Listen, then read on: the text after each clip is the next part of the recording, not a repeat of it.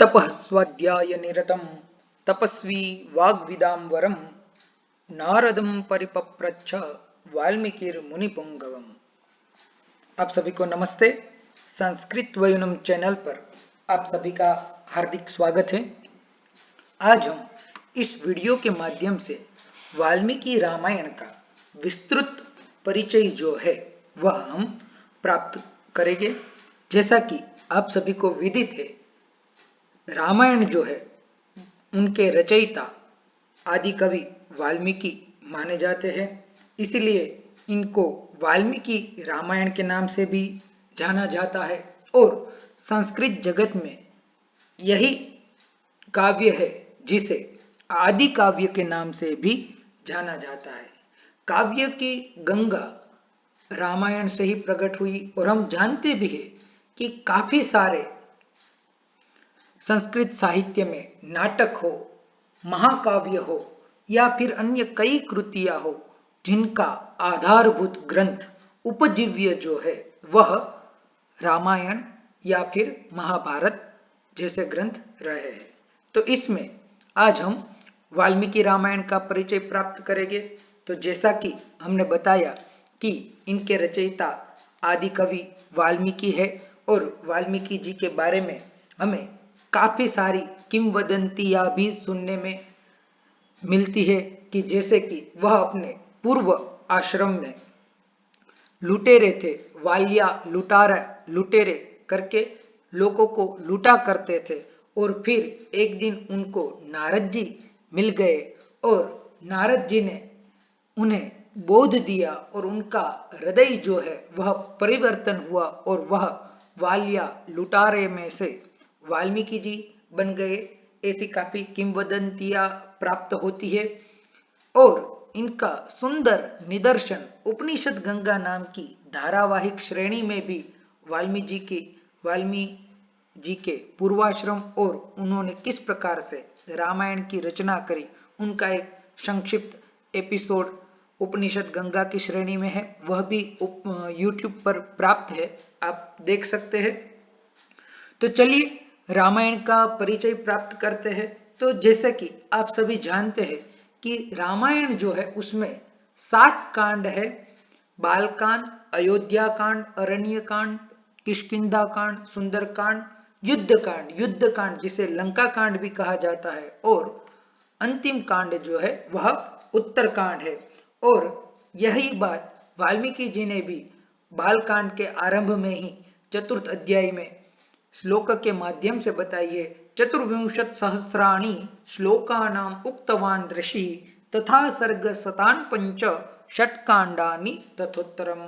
यानी कि जो मैं इस ग्रंथ की रचना करने जा रहा हूं उसमें 24,000 श्लोक है और 500 सर्ग है और यह 7 कांडों में निबद्ध है। यानी 7 कांड है, उनके प्रत्येक कांड के अंदर सर्ग है और सर्ग के अंदर श्लोकों का समूह है और अनुष्टुप छंद सामाता ऐसा कहा जाता है। और इसी आधार पर आदि काव्य होने के साथ साथ इसी में सर्वाधिक जो संख्या है छंदों की, तो वह अनुष्टुप छंद में ही अधिकतर श्लोक जो है वह निबद्ध है। अध्याय की समाप्ति पर इंद्र वज्र, उपेंद्र वज्र इत्यादि छंदों के माध्यम से रखे गए।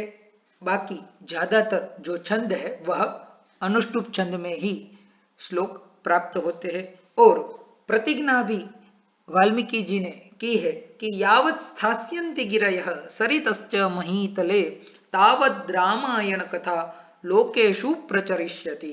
कि जब तक इस धरातल पर गिरी यानी कि पर्वत रहेंगे, महीतले सरितश्च, और इस धरातल पर जब तक नदी रहेगी तब तक यह राम कथा जो है वह भी संसार में प्रत्येक मानव के मुख पर यह जीवित रहेगी। और आपने एक देखा होगा कि कथा गायक के लिए भी कुशीलव शब्द का नाट्य शास्त्र में प्रयोग किया जाता है। तो विद्वानों का मानना है कि कुश और लव जो उत्तरकांड में फिर से राम जी के सामने कथा का गायन करते हैं, तो वह कुश और लव के कथा गान से ही अर्थ विकृत होकर कुशीलव शब्द जो है वह कथा के अर्थ में रूढ़ हो गया है।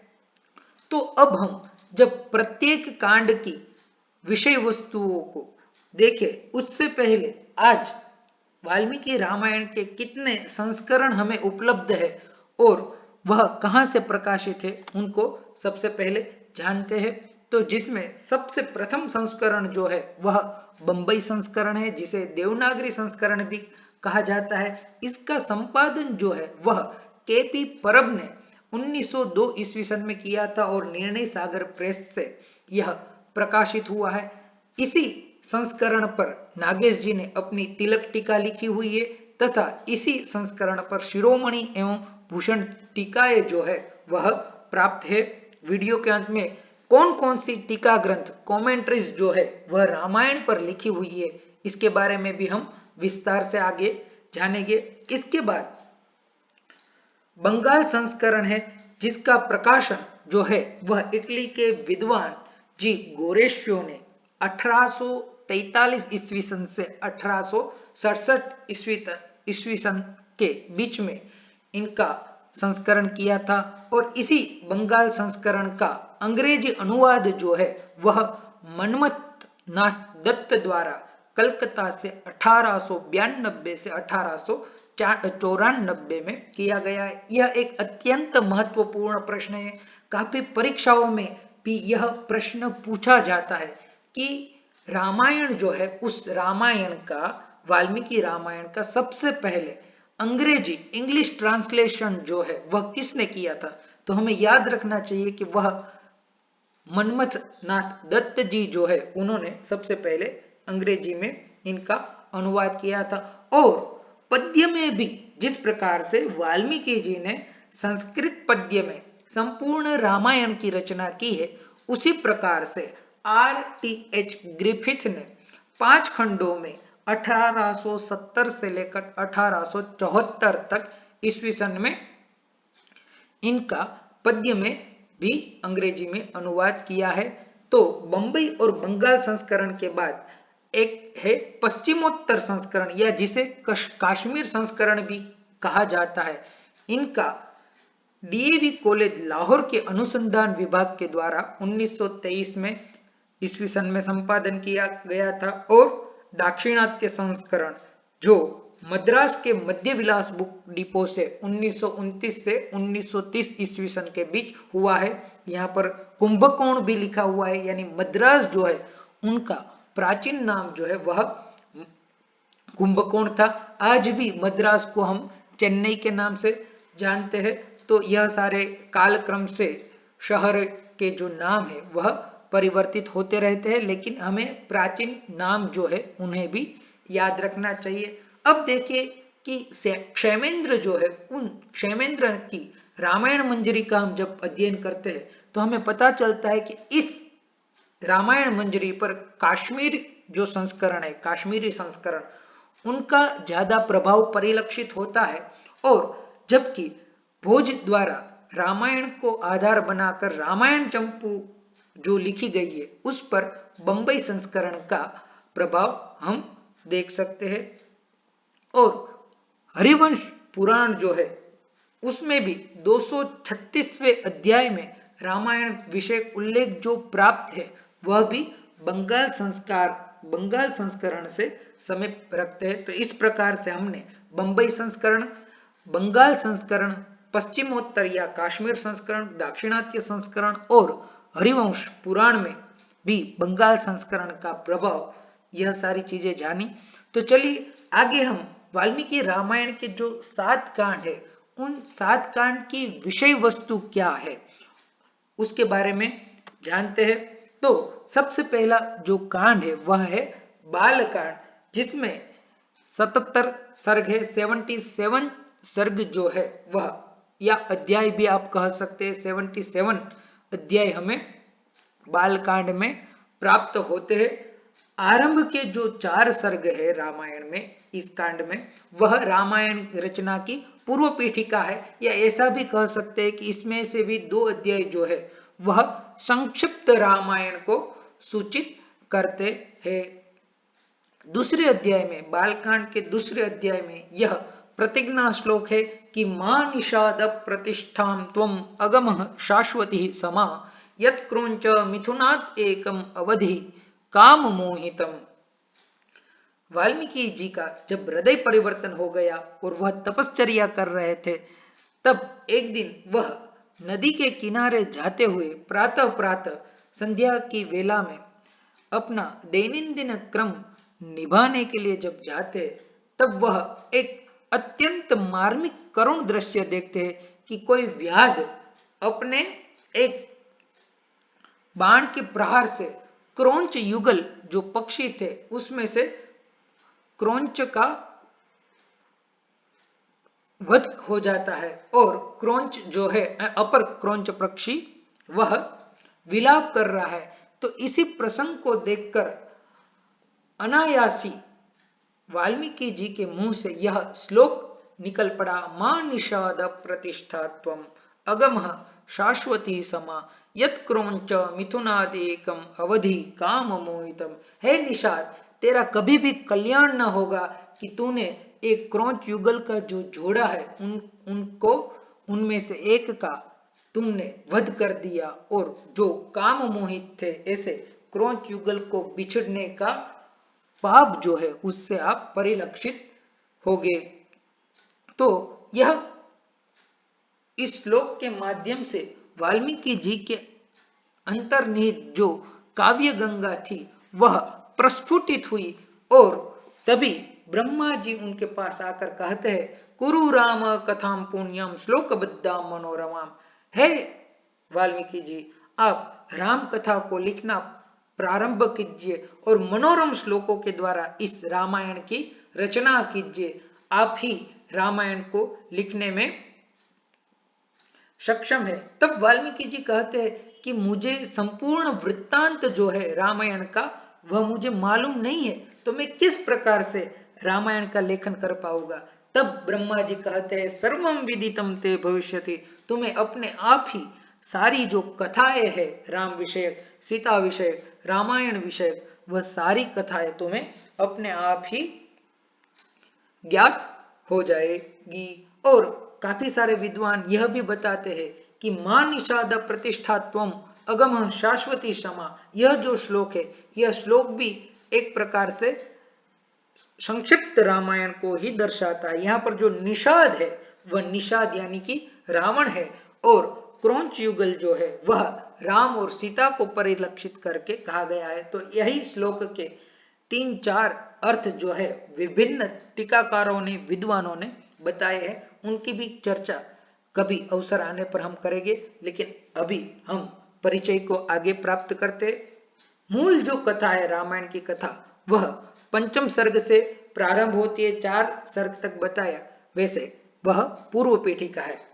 और सगर और गंगावतरण की जो कथाएं है वह बालकांड में बड़ी प्रमुख कथाएं है जो 35वें अध्याय से लेकर 44वें अध्याय पर्यंत है, जिसमें सगर, भगीरथ इत्यादि किस प्रकार से भूमि पर गंगा जी को लाए उनकी कथा है। और अहल्या उद्धार की जो कथा है वह अहल्या उद्धार की कथा भी बालकांड में ही हमें प्राप्त होती है कि इंद्र और किस प्रकार से गौतम को छल करके अहल्या के साथ वह दुराचार करते हैं। तो यह जो कथा है यह भी बालकांड में प्राप्त होती है। इसके बाद जब गौतम जी को पता चलता है इंद्र और अहल्या के दुराचार को, तब वह वृषण क्षीण होने का इंद्र को श्राप देते हैं और अहल्या को पत्थर होने का श्राप देते हैं और उन्हीं अहल्या का उद्धार जो है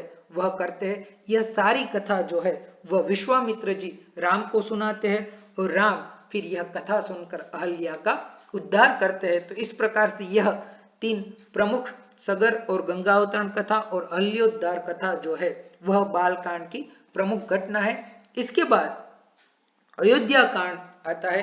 अयोध्या कांड जो है इसमें 119 सर्ग जो है वह सर्गों में निबद्ध है और अयोध्या कांड में राम जी जो है वह 22वें सर्ग में देव की प्रबलता दिखाते हैं और लक्ष्मण जो है वह पुरुष का यानी पुरुषार्थ का महत्व जो है वह बताते हैं। राजा से रहित राज्य की दुर्गति का वर्णन वशिष्ठ जी के द्वारा 67वें सर्ग में किया जाता है। और प्रसिद्ध श्लोक न राजके जनपदे स्वकं भवति कस्यचित् मत्स्या इव जना नित्यं भक्षयन्ति परस्परम।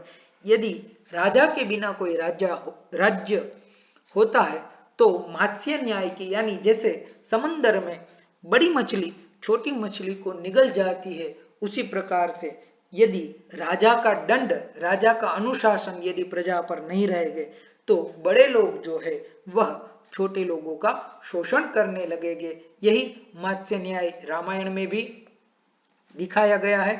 इसी कांड में श्री राम जी का राज्याभिषेक होने वाला होता है, लेकिन कैकेयी जो है वह अपने पूर्व वर को दशरथ को याद दिलाकर वह कहती है कि भरत को राजगद्दी दी जाए और राम को 14 साल का वनवास दिया जाए। इसीलिए यह सारी कथा जो है, तब राम जो है जब सर्ग की यह बात होती है तब राम खुशी से वन की ओर जाने के लिए प्रस्थित होते हैं, लेकिन लक्ष्मण जी कहते हैं कि हमें चढ़ाई कर देनी चाहिए। तब वह कहते हैं कि नहीं, पिता की आज्ञा जो है वह पिता की आज्ञा का पालन करना ही हमारा कर्तव्य है। तो लक्ष्मण पुरुषकार को बलवान दिखाते हैं और राम देव की प्रबलता को दिखाते हैं। इसी के साथ जाबाली का नास्तिक मत एवं राम जी के द्वारा उनका खंडन मंडन किया गया है। और जब वह वनवास के लिए अयोध्या कांड में अरण्य में प्रविष्ट हो जाते हैं, तब अत्रि पत्नी अनसुया के द्वारा सीता जी को पातिव्रत्य धर्म का उपदेश दिया जाता है। और अंतिम सर्ग में राम जी जो है वह चित्रकूट को छोड़कर दंडकारण्य में प्रवेश करते हैं। इसके बाद अरण्य कांड की जो कथा है वह दंडकारण्य से शुरू होती है। भरद्वाज जी जो है वह दंडकारण्य का मार्ग जो है वह राम जी के लिए प्रशस्त करते हैं, दिखाते हैं। और दंडकारण्य में खर दूषण आदि 14,000 राक्षस जो है उनका राम जी के द्वारा वध होता है। और इस अरण्य कांड में कुल मिलाकर 75 चैप्टर से यानी 75 अध्याय जो है यह इसमें निबद्ध किए गए हैं। अरण्य कांड की यदि प्रमुख घटना की जाए तो वह है सीता हरण। रावण के द्वारा मारीच का सहारा लेकर वह सीता का हरण करते हैं। इनके पीछे भी काफी सारी कथा है कि सीता हरण में कारण क्या हुआ। तो खरदूषण आदि 14,000 राक्षसों का वध होने लगा जो महर्षियों के यज्ञ में विध्वंस करते थे और महर्षियों को खा जाते थे। तथा शूर्पणखा ने रावण के पास जाकर उनसे बड़ाई की और सीता के सौंदर्य का वर्णन किया। और रावण जो है वह शूर्पणखा की बातें और उनके उकसाने से वह उकसा गया और वह सीता हरण के लिए प्रवृत्त हुआ। इसके बाद राम की कबंध से भेंट होती है तथा राम को सुग्रीव के साथ मैत्री कराने के लिए परामर्श देते हैं। कांड के अंत में राम जो है वह पंपा सरोवर का दर्शन करते हैं। इसके बाद अरण्य कांड के बाद किष्किंधा कांड आता है। किष्किंधा कांड में 67 अध्याय या सर्ग है 67 चैप्टर से, जिसमें आरंभ में हनुमान जी के द्वारा राम और सुग्रीव जी की मैत्री कराई जाती है। सुग्रीव जो है वह अपने भाई वाली के डर से एक पर्वत पर निवास करते होते हैं और उन्हें सदा से डर लगता रहता है कि कहीं बाली आ न जाए और मुझे मारे नहीं। इसलिए जब राम और लक्ष्मण को वहां आते हुए किष्किंधा की ओर आते हुए देखा, पर्वत की ओर आते हुए देखा, तब सुग्रीव को शंका हुई कि वाली ने तो इन दो महावीर पुरुषों को भेजा नहीं है ना मेरे लिए। इसलिए वह हनुमान जी जो कि उनके सेवक थे जाते हैं और वह ब्राह्मण का रूप धारण करके हनुमान जी राम जी की परीक्षा करते हैं। और राम जी को भी लगता है कि नूनम व्याकरणम कृष्णम अनेन बहुधा श्रुतम बहु व्याहरतानेन न किंचिदपि शब्दितम, कि यह कोई ब्राह्मण नहीं हो सकता, यह कोई महापुरुष हो सकते हैं हनुमान जी जैसे, क्योंकि इन्होंने इतना शुद्ध और संस्कृत व्याकरण बोला है और न किसी भी प्रकार का अपशब्द इन्होंने प्रकट किया है। इससे परिलक्षित होता है कि यह कोई महापुरुष है।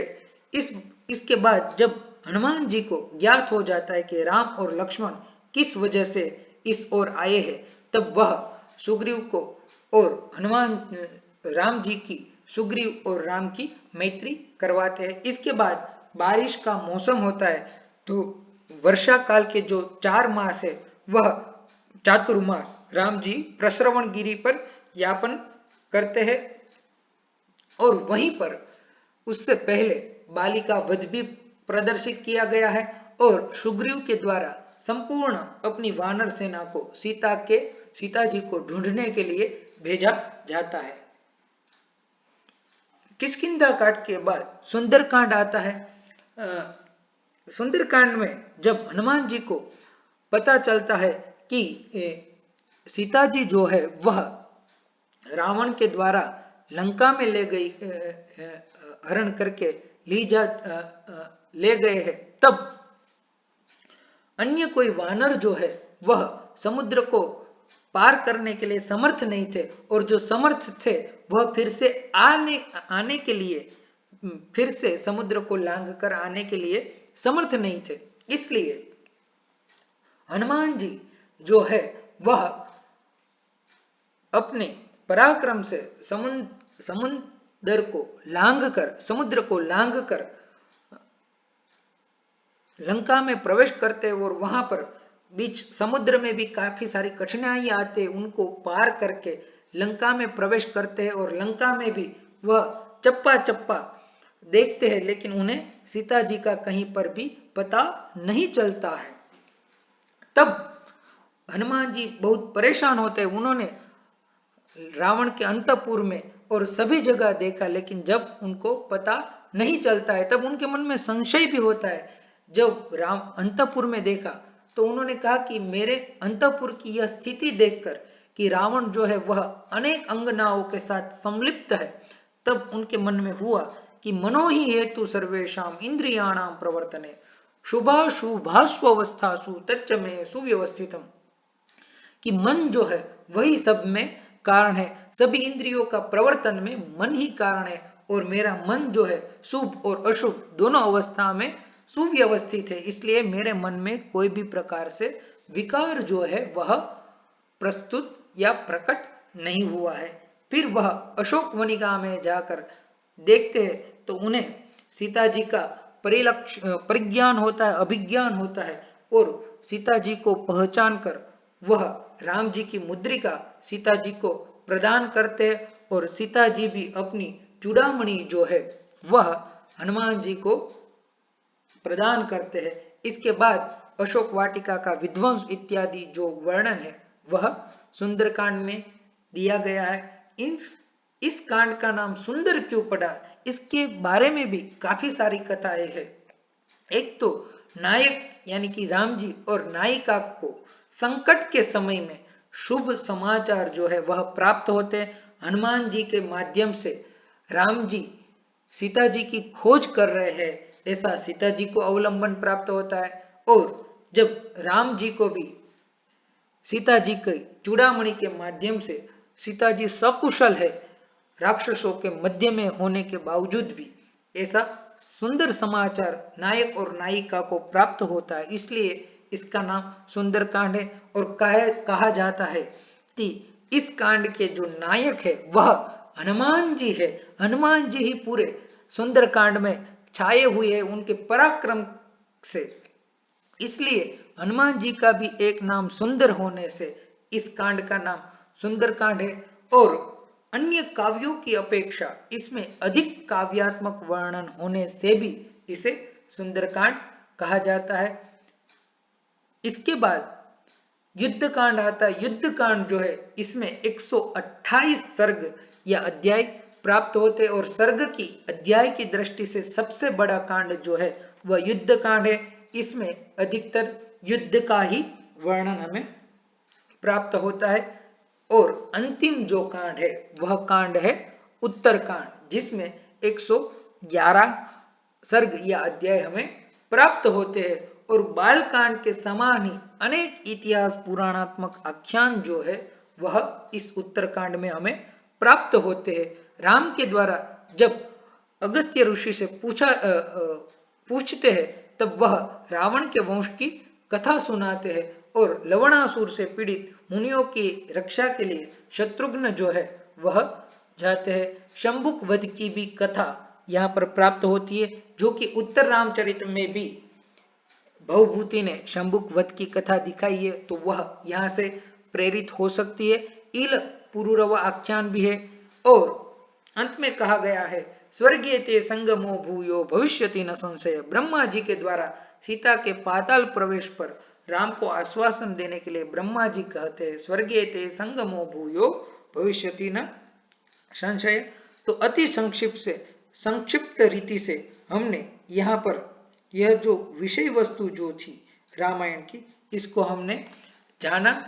यदि विद्वानों की बात करें तो विद्वान काफी सारे इनमें कुछ प्रक्षिप्त अंशों की भी चर्चा करते हैं, जिसमें वेबर, याकोबी तथा विंटरनिस जो है वह रामायण में बालकांड और उत्तरकांड को प्रक्षिप्त मानते हैं। लेकिन यह याकोबी, वेबर और विंटरनिस का यह कहना सही नहीं है, क्योंकि संपूर्ण जो कांड है वह कभी भी प्रक्षिप्त नहीं हो सकते। कुछ अंश जो है उसे प्रक्षिप्त माने तो ठीक है, लेकिन संपूर्ण कांड को ही प्रक्षिप्त मानना यह सही नहीं है।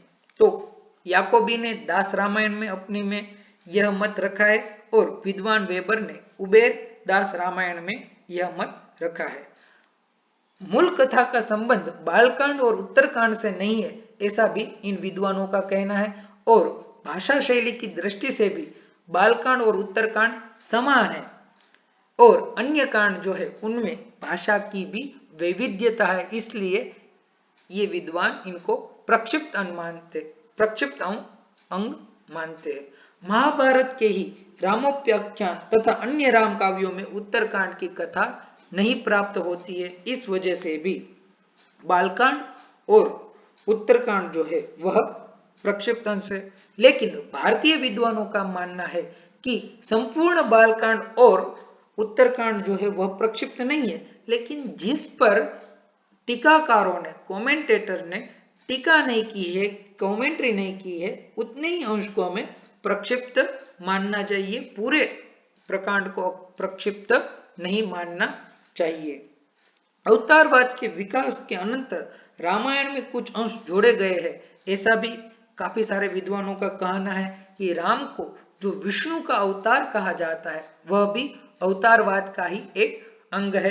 तथा यह जो श्लोक प्राप्त होता है बुद्ध विषयक, इसे भी प्रक्षिप्त माना गया है। यथा ही चोर सतता ही बुद्ध तथा गतम नास्तिकमत्र विद्धि तस्माद् यः शक्यतमः प्रजानां स नास्तिकेनाभिमुखो बुधः। तो जाबाली का नास्तिक मत भी प्रक्षिप्त तथा वहां पर जाबाली के नास्तिक मत में उपरोक्त श्लोक के द्वारा बुद्ध को जो चोर कहा गया है यह भी प्रक्षिप्तता का ही द्योतक है। और कोई कहता है कि अरण्य कांड में जब शूर्पणखा विवाह के लिए प्रस्ताव लेकर राम जी और लक्ष्मण जी के पास आती है, तब राम जी कहते मैं तो विवाहित हूं, कृतदार हूं, लेकिन मेरा यह छोटा भाई है वह अकृतदार है। तो यहाँ पर किसी किसी को शंका होती कि लक्ष्मण जी का भी विवाह तो हुआ था। तो यहाँ पर राम जी ने सिर्फ परिहास के लिए और उत्सुकता और विनोद के लिए ही लक्ष्मण जी के लिए अकृतदार का प्रयोग किया गया था। और महाभारत में भी राम कथा जो है वह वन पर्व में संक्षिप्ततया उपलब्ध होती है। और सीता परित्याग वर्णन हो बौद्ध, जैन, रघुवंश तथा उत्तर रामचरित जैसे अन्य ग्रंथों में भी प्राप्त होती है।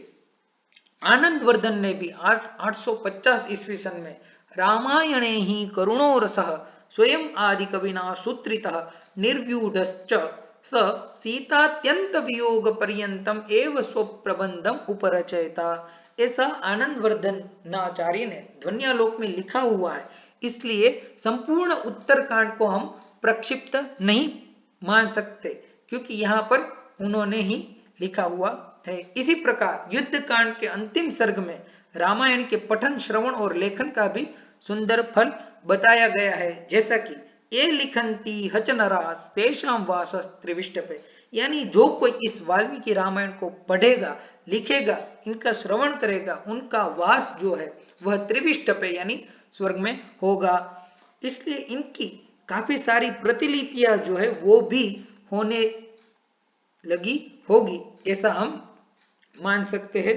तो इस अन्य आधार पर हम यदि रामायण का काल यदि निर्धारण करें तो कुछ विद्वानों के मत आपके सामने उपस्थित है, जिसमें सबसे प्रथम श्लेगल नाम का जर्मन विद्वान जो है वह 1100 ईस्वी सन पूर्व से इसकी रचना काल निर्धारण जो है वह वाल्मीकि रामायण का करता है। याकोबी विद्वान जो है वह 800 से 500 ईस्वी सन पूर्व रामायण का काल मानते हैं। कामिल बुल्के 600 ईस्वी सन पूर्व श्रीमद् रामायण का काल मानते हैं, और मैकडोनल, काशी प्रसाद जायसवाल, जयचंद्र विद्यालंकार ऐसे विद्वान 500 ईस्वी सन पूर्व वाल्मीकि रामायण का काल निर्धारण करते हैं, और विंटरनिज ने 300 ईस्वी सन पूर्व रामायण का काल निर्धारित किया है। रामायण में बौद्ध प्रभाव का अभाव, वैदिक युग के बाद की रचना तथा यूनानी प्रभाव का अभाव इत्यादि उपर्युक्त मत में यह सभी बातें कारणभूत जवाबदार है। महाभारत में, जैसा कि महाभारत के वन पर्व में राम उपाख्यान आता है, जब द्रौपदी का हरण हो जाता है तब युधिष्ठिर को सांत्वना देने के लिए सीता हरण की कथा सुनाई जाती है, और उसी प्रसंग में पूरा वन पर्व में रामोपाख्यान बताया गया है। तो महाभारत में भी वाल्मीकि को एक आदरणीय ऋषि के रूप में उपस्थापित किया गया है, तथा रामायण का परिचय महाभारत में प्राप्त होने से हम अवश्य कह सकते हैं कि रामायण जो है वह महाभारत से पूर्ववर्ती रचना थी। अब बौद्ध और जैन साहित्य से रामायण का संबंध हम अध्ययन करते हैं। तो जैसे कि हमने सबसे प्रथम देखा कि रामायण का प्रभाव महाभारत पर है, उसी प्रकार रामायण जो आदि काव्य है, तो आदि काव्य होने से आगे की जितनी भी रचना हुई उस रचना पर अवश्य ही वाल्मीकि रामायण का प्रभाव रहा ही होगा। तो उसी क्रम में बौद्ध और जैन साहित्य में भी रामायण का प्रभाव हमें प्राप्त होता है। जैसे कि दशरथ जातक नाम का एक बौद्ध ग्रंथ है, उसमें भी हमें राम कथा प्राप्त होती है, और युद्ध कांड से एक श्लोक भी दशरथ जातक में लिया गया है, और वह श्लोक यह है: ब्राह्मण क्षत्रिया वैश्या शूद्रा लोभ विवर्जिता सर्वे लक्षण संपन्ना सर्वे धर्मपरायणा। फ्रांसीसी विद्वान सिल्वा लेवी का कथन है कि सद्धर्म स्मृत्युपस्थान नामक बौद्ध ग्रंथ जो है वह महर्षि वाल्मीकि जी का अवश्य ही ऋणी रहेगा, क्योंकि सद्धर्म स्मृत्युपस्थापन में जो जम्बूद्वीप वर्णन किया गया है वह रामायण के दिग्वर्णन के अत्यधिक समीप है। और अश्वघोष जिसने बुद्ध चरितम जैसा उदात्त ग्रंथ लिखा, उस पर भी हमें रामायण का प्रभाव प्राप्त होता है। इसके अलावा बौद्ध लेखक कुमारलात ने कल्पना मंडितिका नाम की दूसरी शताब्दी में ग्रंथ की रचना की, जिसमें लिखा हुआ है कि रामायण का सार्वजनिक पाठ होता था, पारायण होता था, यानी द्वितीय शताब्दी पर्यंत वाल्मीकि रामायण इतना प्रसिद्ध है कि उनका सार्वजनिक पाठ होता था। और इसमें आश्चर्य भी नहीं है, क्योंकि आज भी 21वीं शताब्दी में हम देखते हैं कि हर जगह पर कहीं ना कहीं राम कथा हमें सुनने को प्राप्त होती है, या फिर रामायण का पारायण होता है। आप भी इस वीडियो के माध्यम से रामायण का अध्ययन कर रहे हैं। तो रामायण जो है वह हमारे भारतीय समाज में एक अत्यंत महत्वपूर्ण ग्रंथ और ऐतिहासिक ग्रंथ भी रहा है। इसके बाद जैन आचार्य विमल सूरी ने प्रथम शताब्दी ईस्वी सन में रामायण का प्रथम रूपांतर 118 सर्गों में रचित प्राकृत काव्य पौम चरित में किया था, जिसे पद्मचरितम भी कहा जाता है। तो सबसे पहले यदि प्राकृत भाषा में रामायण गई हो तो वह है पौम चरित में गई है। इसके बाद भाषा शास्त्रीय आधार पर हम रामायण की बात करें तो भाषा शैली के आधार पर याकोबी ने इसे बुद्ध पूर्व की रचना कही है, और याकोबी का मत है कि लोकप्रिय जो ऐतिहासिक काव्य है उसकी रचना कभी भी अप्रचलित या मृत भाषा में नहीं हो सकती। इसलिए रामायण की रचना जब भी वाल्मीकि ने की हुई है तब जन जन की जो भाषा है वह भाषा कौन सी होगी? संस्कृत भाषा होगी, क्योंकि जो भाषा जन जन जानते हैं उसी भाषा में काव्य का निर्माण होता है। इसलिए संस्कृत जब व्यवहार की भाषा थी तभी रामायण की रचना हुई होगी। और रामायण की रचना जो है इसमें काफी सारे अपाणनीय प्रयोग प्राप्त होते हैं। इसके आधार पर हम कह सकते हैं कि पाणिनि जी के पूर्व यानी अष्टाध्यायी रचना के पूर्व ही रामायण की रचना हुई होगी। डॉक्टर सत्यव्रत शास्त्री जी ने the Ramayana a linguistic study में ऐसी अपना भारतीय मत जो है वह उपस्थापित किया है। यदि अंतः साक्ष्य का अवलोकन करें रामायण के काल निर्धारण में तो हमें पता चलता है कि रामायण के मौलिक भाग में कौशल देश की जो राजधानी है उनका नाम अयोध्या बताया गया है। अयोध्या नाम नगरी तत्रासित लोक विश्रुता।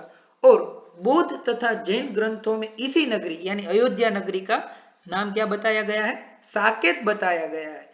यूनानी लेखक तथा वैयाकरण पतंजलि ने भी साकेत का ही उल्लेख किया है। इससे हमें ज्ञात होता है कि रामायण की रचना जिस काल में हुई तब अयोध्या का नाम अयोध्या ही था, साकेत नहीं हुआ था। और रामायण के बालकांड के 35वें सर्ग में राम को ठीक उसी स्थान पर गंगा पार करते हुए दिखाया गया है जहां बाद में पाटलिपुत्र की स्थापना हुई है। पाटलिपुत्र यानी आज का पटना। और वाल्मीकि जी पाटलिपुत्र या पुष्पपुरी के विषय में मौन है। इससे हमें पता चलता है कि पाटलिपुत्र जो सिटी है आज का आधुनिक पटना, वह जब अस्तित्व में नहीं था तब भी वाल्मीकि जी ने उन शहर का, उन स्थिति का, उस प्रदेश का वर्णन किया हुआ है। क्योंकि पाटलिपुत्र की रचना 500 ईस्वी सन के पूर्व हुई थी, इसलिए 500 ईस्वी सन पूर्व से तो कई ईस्वी सन पूर्व रामायण की रचना हो सकती है। और रामायण में कहीं भी मूर्ति पूजा की जो चर्चा है वह हमें प्राप्त नहीं होती। और मूर्ति पूजा का सीधा संबंध जो है वह अवतारवाद से है, जिसका विकास भगवान बुद्ध के आने के बाद ही हुआ था। क्योंकि बुद्ध की प्रतिमाओं के पूजन से भारत में मूर्ति पूजा जो है वह प्रचलित हुई। और फारसी में मूर्ति को बूत कहते हैं। यह बुद्ध शब्द का ही अपभ्रंश है। और पतंजलि ने महाभाष्यकार में कहा है कि मौर्य नरेशों ने राज्य की आय बढ़ाने के लिए भी मूर्ति पूजा का प्रचार किया था। मौर्य ही हिरण्यार्ति भी अर्चाह प्रकल्पिता, ऐसा महाभाष्यकार ने कहा है। इसलिए रामायण में भी कहीं पर मूर्ति पूजा का साक्ष्य न होने से हम रामायण को काफी ईस्वी सन पूर्व ले जा सकते हैं। अब रही बात रामायण के आदि काव्यत्व की। श्लोकत्वम आपद्यत यस्य शोक, रघुवंश में लिखा हुआ है। क्योंकि रामायण जो है उस रामायण का मुख्य रस जो है वह है करुण रस। तो रघुवंश में भी कहा गया है कि श्लोकत्वम आपद्यत यस्य शोक ऋषे प्रबुद्धो शिवागात्मनि ब्रह्मणि तद्ब्रूहि रामाचरितम अव्याहत ज्योति आर्षम ते प्रतिभा चक्षु आद्य कवि असि उत्तर रामचरितम। भवभूति जी ने भी अपने उत्तर रामचरित नाम के नाटक में वाल्मीकि जी को आदि काव्य, वाल्मीकि जी के रामायण को आदि काव्य और वाल्मीकि जी को आदि कवि कहा है। रघुवंश में कालिदास ने भी इनका उल्लेख किया हुआ है और वैदिक रचनाएं पद्यात्मक छंदोमयी होने पर भी स्तुति, धर्म, यज्ञ, पूजा और अध्यात्म के संदेशों से आकंठ भारी थी। जनभावना और मानव चेतना से उनका संबंध नहीं था। वैदिक जो उपदेश है वह उपदेश को समझना अति कठिन था, जबकि रामायण वही वैदिक उपदेशों को अत्यंत कथा के माध्यम से हमें अत्यंत सरलता से वह पान कराता है। वैदिक गायत्री की पवित्रता प्रदान करने के लिए ही उनकी कविता का एक एक वर्ण पर एक एक सहस्त्र श्लोकों से समर्पित करती हुई चतुर्विंशति सहस्री यह संहिता बन गई। वाल्मीकि रामायण जो है उसमें 24,000 श्लोक होने से इसको चतुर्विंशति सहस्री भी कहा जाता है। और क्षेमेंद्र ने रामायण मंजरी में वाल्मीकि को प्रथम तथा सर्वोपजीव्य कवि कहते हुए आदर प्रदान किया हुआ है। यानी क्षेमेंद्र का भी मानना है कि यदि कोई आदि कवि है तो वह है वाल्मीकि। और उन्होंने लिखा हुआ है, नुमः सर्वोपजीव्यम तम कविनाम चक्रवर्तीनाम यस्येन्दुधवलै श्लोके भूषिता भुवनत्रयी सह वह पुनातु वाल्मीके सूक्तामृत महोदधि ओंकार इव वर्णानाम कवीनाम प्रथमो मुनि। कवियों के प्रथम जो यदि कोई मुनि है तो वह है वाल्मीकि। ऐसा कह के क्षेमेंद्र ने अपने वाक पुष्पों से वाल्मीकि की पूजा की है। और भोज ने भी अपने रामायण चंपू में वाल्मीकि को मधुर काव्य शैली का प्रवर्तक कहा है। लिखा है, मधुमय भणिति नाम, यानी मधुर मधुर उक्तियों के यदि कोई मार्गदर्शी महर्षि है तो वह है वाल्मीकि जी। इस प्रकार से भोज ने क्षेमेंद्र ने, कालिदास ने, भवभूति ने वाल्मीकि जी का उल्लेख करके उनके प्रति एक आदर प्रकट किया है और रामायण का आदि काव्यत्व और वाल्मीकि जी का आदि कवित्व जो है वह स्वीकृत किया है। और हम सभी भी इन विद्वानों के मत को देखते हुए वाल्मीकि जी का आदि कवित्व और वाल्मीकि रामायण का आदि काव्यत्व जो है वह हम स्वीकृत करते हैं। अब जैसा कि हमने बात की कि रामायण, महाभारत और बृहद कथा जैसे ग्रंथ जो है वह आगे जाके विद्वानों के लिए, लेखकों के लिए, कवियों के लिए, नाट्यकारों के लिए उपजीव्य का काम करते थे। यानी इन कथाओं से प्रेरित होकर कवि, लेखक उसमें अपनी कल्पना सृष्टि के रंगों को पिरोकर नई नई ग्रंथों की रचना करते थे।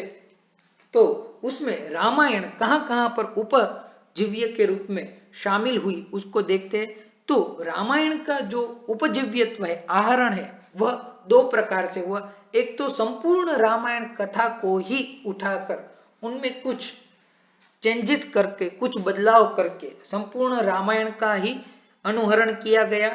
और कोई कोई कृतियों में रामायण के कुछ अंशों को लेकर उसमें कल्पना के रंगों को पूर कर भरकर जो है वह रामायण का वर्णन किया गया।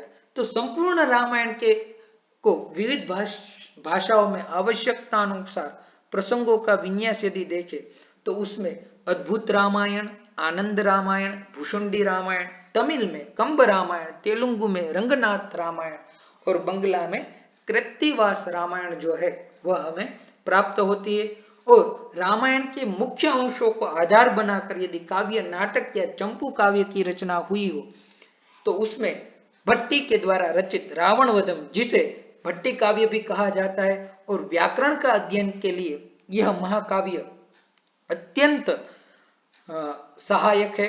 इसके बाद अभिनंद का रामचरित, क्षेमेंद्र की रामायण मंजरी, माधव भट्टकृत राघव पांडवीयम, जिसमें आगे से पढ़ो तो संधान काव्य है, द्विसंधान काव्य है राघव पांडवीयम, तो राम जी की कथा है। और उसी श्लोक को उल्टा करके पढ़ा जाए तो पांडव यानी महाभारत की कथा है। इसके अलावा रघुनाथ कृत रामायण सार और कुमारदास का जानकी हरण जो है वह शामिल है।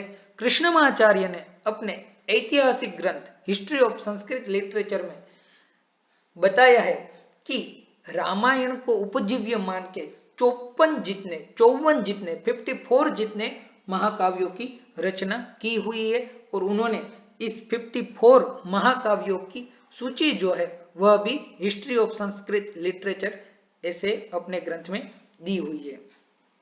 यदि कुछ ग्रंथों की हम चर्चा करें कि रामायण को उपजीव्य बनाकर कौन कौन सी ग्रंथों की रचना हुई, तो उसमें सबसे पहले भास ने अपने 13 नाटकों में से जो 2 नाटक है वह रामायण के आधारित बनाए हैं, जिसमें एक है प्रतिमा नाटक और दूसरा है अभिषेक नाटक।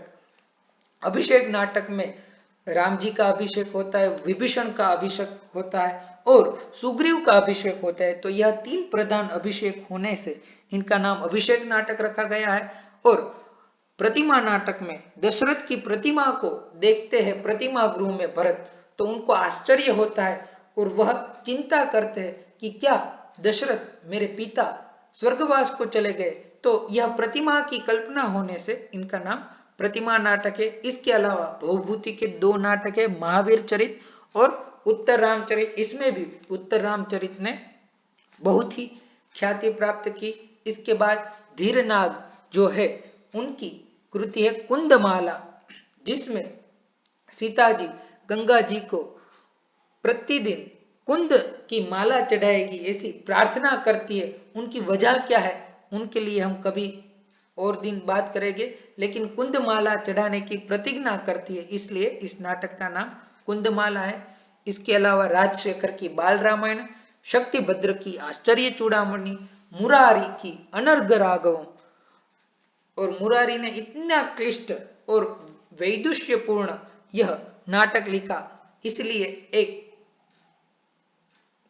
वदंती हो गई कि मुरारी पद चिंता चेत तदा माघे रतिम कुरु, कि मुरारी के पद की चिंता हो तो माघ के पद में रति करो। उसके अलावा दामोदर मिश्र का महानाटक, जयदेव का प्रसन्न राघवम नाम का नाटक, यही प्रसन्न राघव नाटक की तुलसीदास जी के रामचरितमानस पर बहुत बढ़िया प्रभाव दिखाई देता है।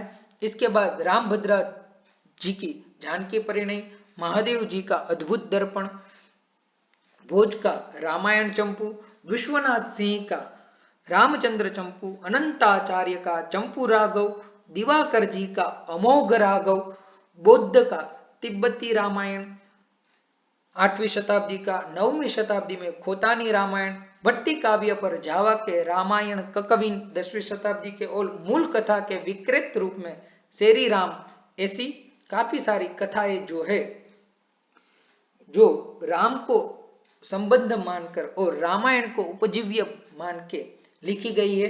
तो जब भी समय मिले तो इन कृतियों का कहीं ना कहीं आंशिक रूप से हमें पान करना चाहिए, और किसी का पान न कर पाए तो वाल्मीकि रामायण का हमें अवश्य श्रवण पठन करना चाहिए।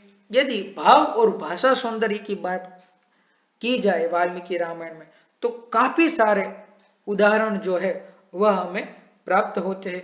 जैसे कि यहाँ पर मेघ का वर्णन जो किया गया है, वह मेघ का वर्णन पर्जन्य सूक्त से भी ज्यादा चमत्कारिक प्राप्त होता है, चमत्कारिक महसूस होता है। क्वचित प्रकाशम क्वचिद प्रकाशम नभः प्रकीर्णांबुधरम विभाति, क्वचित क्वचित पर्वत सन्निरूढ़म रूपम यथा शांत महार्णवस्य।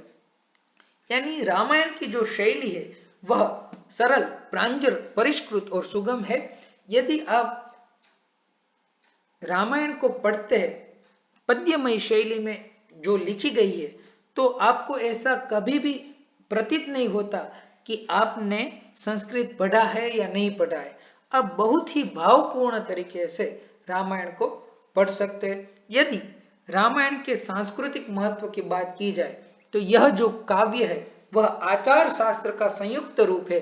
इसलिए साहित्य में कहा भी जाता है कि रामादिवत वर्तितव्यम न तो रावणादिवत, कि हमें आचरण कैसा करना चाहिए, राम की तरह हमें आचरण करना चाहिए, रावण की तरह हमें आचरण करना चाहिए नहीं। साधारण वार्तालाप हो तो उसमें भी हमें पात्रों का दृष्टांत दिया जाता है। हम व्यवहार में भी देखते हैं, राम का आदर्श मानव रूप, राम जैसे भाई, राम जैसा पति, राम जैसा पुत्र हर किसी की आश होती है।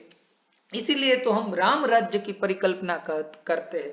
तो राम का आदर्श मानव रूप हो, लक्ष्मण तथा भरत की भ्रातृभक्ति हो, सीता का पातिव्रत्य हो, विभीषण की न्याय प्रियता हो, तो यह सारी जो बातें हैं वह हमें, यह मूल्य शिक्षण जो है वह हमें रामायण से कहीं ना कहीं प्राप्त होता है। और निष्कर्ष की बात करें तो अन्याय पर न्याय की विजय होती है, असत्य पर सत्य की विजय का निरूपण करना ही रामायण का प्रमुख पक्ष है। राम के शारीरिक, मानसिक, नैतिक और चारित्रिक गुणों को वाल्मीकि जी ने सूत्र रूप में पिरोकर हमें इतना विस्तृत प्रदर्शन किया है कि हमें हर दिन यदि इनको कुछ न कुछ इसका आचमन करें तो हमें कुछ न कुछ नई नई बातें अवश्य सीखने को प्राप्त होती है। और खुद वाल्मीकि जी ने कहा है, यश्च रामं न पश्येत्तु यं च रामो न पश्यति निंदितः सर्वलोकेषु स्वात्माप्येनं विगर्हते। तो वाल्मीकि रामायण ने मानव हृदय के सभी पक्षों का वर्णन किया है। मनोदशा जो है, मानवीय मनोदशा का वर्णन किया हुआ है। विभिन्न पात्र, फिर दशरथ हो, कैकेयी हो, सुमित्रा हो, कौशल्या हो, राम हो, भरत हो, लक्ष्मण हो, शत्रुघ्न हो, सीता हो, जनक हो, रावण हो, राक्षस हो या मुनिगण हो, भरद्वाज हो, मार्तंड मुनि हो, अगस्त्य हो, अनसुया हो, अत्रि हो, तो कितनी सारी ऋषि पत्नियां, ऋषि, महर्षि, महाराज, राजा, लोक इत्यादि के माध्यम से हमें पूरी भारतीय संस्कृति और भारतीय समाज का एक आदर्श समाज कैसा हो ऐसा निरूपण किया गया है। काफी सारी सूक्तियां जो है, सुभाषित जो है वह भी हमें प्राप्त होती है। जैसे कि मोटिवेशन के लिए कहा गया है, उत्साहवंतः पुरुषा नावसीदन्ति कर्मसु। उत्साह संपन्न जो पुरुष होते हैं वह कभी भी कर्म से थकते नहीं है। रुद्धि युक्ता ही पुरुषा न शांते परस्तवम। स्कंद पुराण के उत्तरखंड में भी 5 अध्यायों में रामायण का धार्मिक महत्व क्या है यह विस्तार से निरूपित किया गया है। आगे यदि हम देखें तो रामायण की भाषा जो है वह सुंदर, ललित, प्रांजल, प्रभावपूर्ण तथा परिष्कार युक्त है। और काफी सारे उपदेश जो है वह हमें प्राप्त होते हैं। जैसे कि राम और रावण के युद्ध के समाप्ति के बाद जब रावण मृत्यु को प्राप्त होता है तब राम जी विभीषण को कहते हैं, मरणांतानि वैराणि निर्वृत्तम न प्रयोजनम क्रियताम अस्य संस्कारो ममाप्येष यथा तव।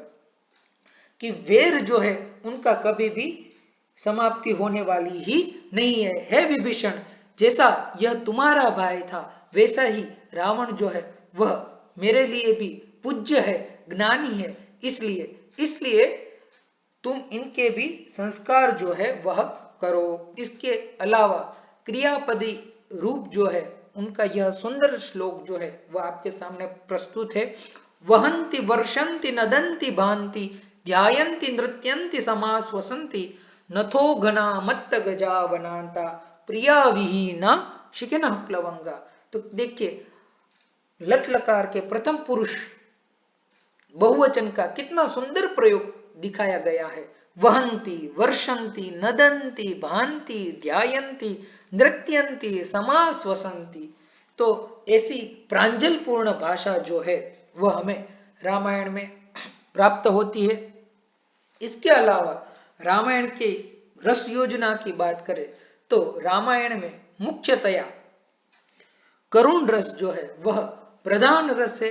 उसके साथ साथ अन्य रस जो है वह इनके पोषक रस है, ऐसा हमें ज्ञात होता है। ध्वन्यालोक में भी आनंद वर्धनाचार्य ने कहा है, व्यंग्य व्यंजक भावेस्मिन् विविधे संभवत्यपि रसादिमय एकस्मिन् कवि स्यात् अवदानवात्। और कृष्णम रामायणम काव्यम ईदृशे करवाण्यहम सोनु व्याहरणात् भूय शोक श्लोकत्वमागत। तो काफी स्थानों पर वाल्मीकि रामायण में करुण वर्णन जो है वह हमें प्राप्त होता है। जैसे दशरथ के अंतपुर का विलाप हो जब राम जी वनवास की ओर प्रस्थित करते, या फिर वाली के मृत्यु के वक्त तारा का विलाप हो, रावण के अंतपुर का विलाप हो, मंदोदरी का विलाप हो, सीता का विलाप हो, या सीता के वियोग में राम का विलाप हो, या फिर भरत का विलाप हो, तो काफी सारे विलाप के माध्यम से यह जो काव्य जो है वह करुण रस को परिपुष्ट करता है। इसलिए शायद भवभूति ने कहा होगा, एको रसः करुण एव निमित्त भेदात् भिन्न पृथक पृथकिवा श्रयते विवर्तान। तो ऐसे काफी सारे उदाहरण हमें प्राप्त होते हैं जिससे हम कह सकते हैं कि रामायण का जो प्रधान रस जो है, प्रमुख रस जो है वह करुण रस है। लेकिन जिस प्रकार से अन्य रस एक मुख्य रस को परिपुष्ट करते हैं, तो इसी प्रकार से अन्य हास्य रस, श्रृंगार रस इत्यादि रस भी हमें प्राप्त होता है। लेकिन मुख्य रस जो है वह करुण रस ही है। यदि अन्य रामायण ग्रंथ की बात की जाए तो उसमें सबसे पहले योग वासिष्ठ रामायण है, जिसमें वशिष्ठ ऋषि ने राम जी को आध्यात्मिक उपदेश दिए हैं। और इसमें 6 प्रकरण है, जिसमें प्रथम प्रकरण वैराग्य प्रकरण है जिसमें 33 सर्ग है। उसके बाद मुमुक्षु व्यवहार प्रकरण है जिसमें 20 सर्ग है। उसके बाद उत्पत्ति सर्ग है, उत्पत्ति प्रकरण है जिसमें 122 सर्ग है। और स्थिति प्रकरण में 62 सर्ग है। और उपशम प्रकरण में 93 सर्ग है। और अंतिम निर्वाण प्रकरण में पूर्वार्ध में 128 और उत्तरार्ध में 216 सर्ग है। और योग वासिष्ठ के श्लोक की संख्या कहा जाए तो वाल्मीकि रामायण के श्लोकों से भी इसमें 3600 जितने श्लोक जो है वह ज्यादा बढ़ जाते हैं, यानी कि इनकी श्लोक संख्या जो है वह 27,687 है। महारामायण इसमें राम का जीवन चरित नहीं अपितु अद्वैत वेदांत का ही निरूपण किया गया है। 9वीं शताब्दी की रचना, क्योंकि 10वीं शताब्दी में कश्मीर के कवि अभिनंद ने इसका संक्षिप्त संस्करण प्रायः 5000 श्लोकों में किया था। इसके बाद हमें अध्यात्म रामायण प्राप्त होती है, जिसमें राम जी को ब्रह्म के रूप में प्रदर्शित किया गया है। इसमें भी रामायण की तरह 7 कांड है, लेकिन 4000 ही श्लोक है। शिव पार्वती के रूप में यह संपूर्ण संवाद कथा की गई है। अपने बाह्य रूप के कारण यह महाकाव्य का स्वरूप प्रकट करता है और विषय वस्तु की दृष्टि से यह एक भक्ति ग्रंथ का एक उत्तम उदाहरण है। और उमा महेश्वर संवाद के कारण यह तंत्र का भी रूप प्राप्त होता है। तुलसीदास जी के रामचरितमानस और एकनाथ जी की मराठी रामायण पर इस अध्यात्म रामायण का काफी प्रभाव जो है वह हमें परिलक्षित होता है। और रामानंद संप्रदाय के किसी विद्वान ने 13वीं या 14वीं शताब्दी में अध्यात्म रामायण की रचना की थी, ऐसा सुनने को और जानने को प्राप्त होता है।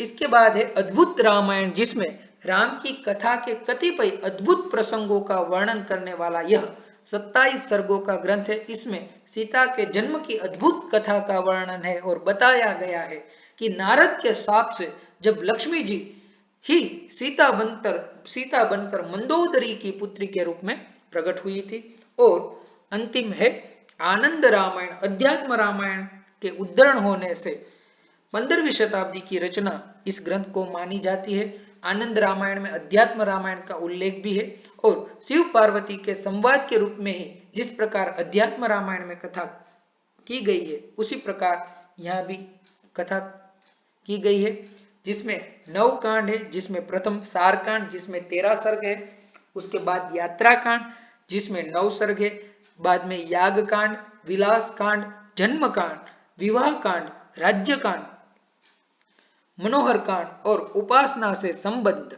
पूर्ण कांड यह है। तो यह कुछ प्रमुख रामायण है जो वाल्मीकि रामायण के अलावा, जिसमें योग वासिष्ठ रामायण, अध्यात्म रामायण, अद्भुत रामायण और आनंद रामायण का समावेश होता है।